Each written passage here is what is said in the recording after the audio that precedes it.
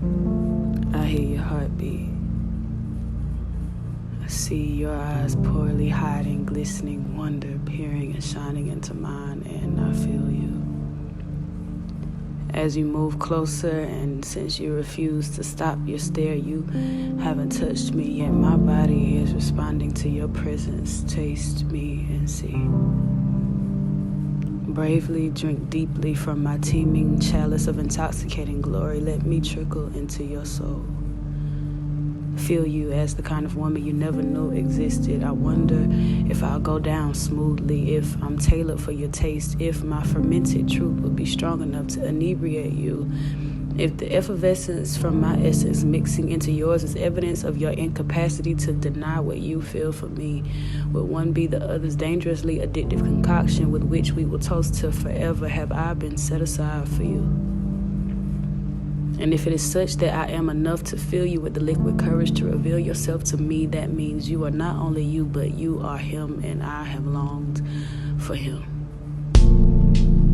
The deliverer of God's priority package, promise of his heart in my hands.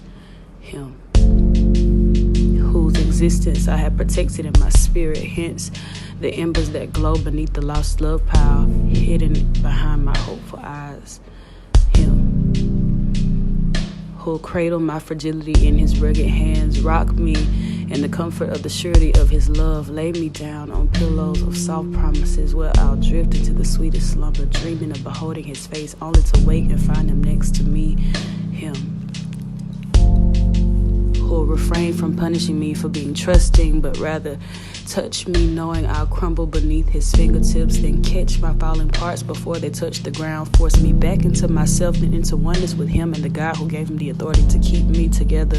Him, who'll look at my nakedness as artwork to be beheld by him only, a sculpture carved and held by him only. He'll hover over my bruises, ponder over my scars, connect with my sensitivity, meditate on my every thought, reach to touch my creativity and identify with my heart. He'll gaze at me in awe until my body gives birth to hidden secrets that bear his name, then heat and revert me to clay, making me putty in his hands. He'll reshape me, mold me the same way, because to him I was never flawed, with the exception of his name engraved on my heart, his lips printed on my scars, and his handprint impressed atop my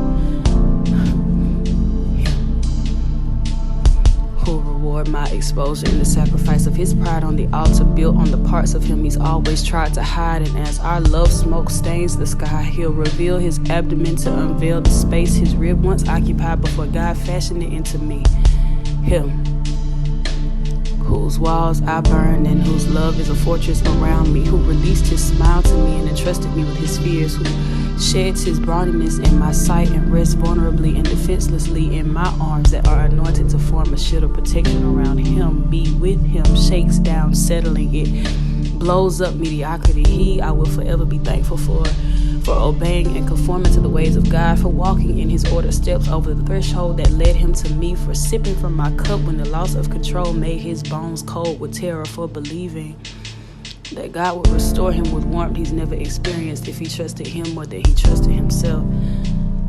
I thank him for trusting him more than he trusts himself, and for being home, and laughter, and passion, and strength, and safety, and healing, and compelling, and complete, for being the revelation of love unrealized. I thank him for he that is you who is now mine.